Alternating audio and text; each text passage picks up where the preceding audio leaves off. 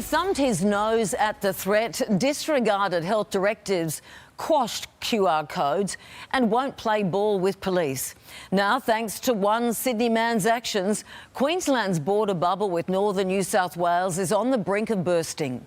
Residents in the Sunshine State are being warned to hit the brakes on any travel south as 4 towns are plunged into a snap 7-day lockdown.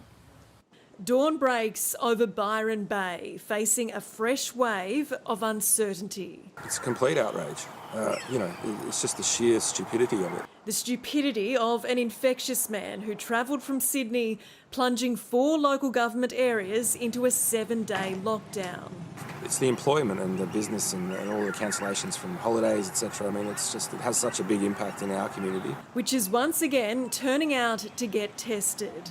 Because we don't know where this chap's been. I wanted to do the right thing and get tested, so it's good to see so many people out here. Like on my way here this morning, I must have passed 30 people, and maybe 3 or 4 had masks on.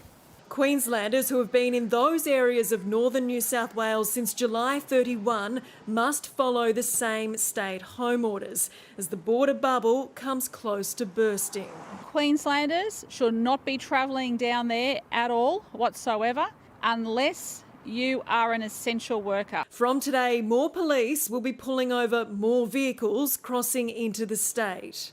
We will have a thick blue line to protect us from cases coming north from New South Wales. What should happen with these new restrictions is people should really reflect on whether they need to cross that border or not. The 3 new cases in Queensland are all linked to the school cluster and all in home quarantine, including a student at Ironside State School and Brisbane Boys Grammar and a household contact of known cases. We're not out of the woods yet in terms of we could see clusters or cases popping up from time to time. So far, Cairns remains in the clear. No new cases in the north out of 4,000 tests, but there are more exposure sites. And please just take note, because you might have been in one of those venues going back to that 23rd of July. The Chief Health Officer receiving her 2nd dose of AstraZeneca.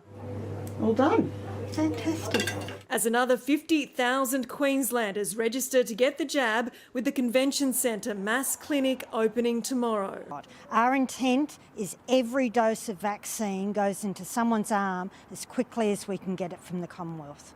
Some of the government's key decisions throughout the pandemic have today come under fire. It's been revealed $500,000 in taxpayer funds has been spent on monthly polling or market research about its COVID policies. The explosive report exposed by the Australian newspaper shows Queenslanders were asked about their views on lockdowns and border closures. And I think you'll find that the federal government did exactly the same thing, and I'm quite sure nearly every other state did exactly the same thing. The Premier insisting she relies on health advice. Everyone was yelling at me to open the borders. So don't talk to me about popularity. Everyone was attacking me. When it begs the question, why? Why? If they were doing everything based on health advice, why are they also getting the sentiments of Queensland through focus groups? Claire Barnes for 10 News First.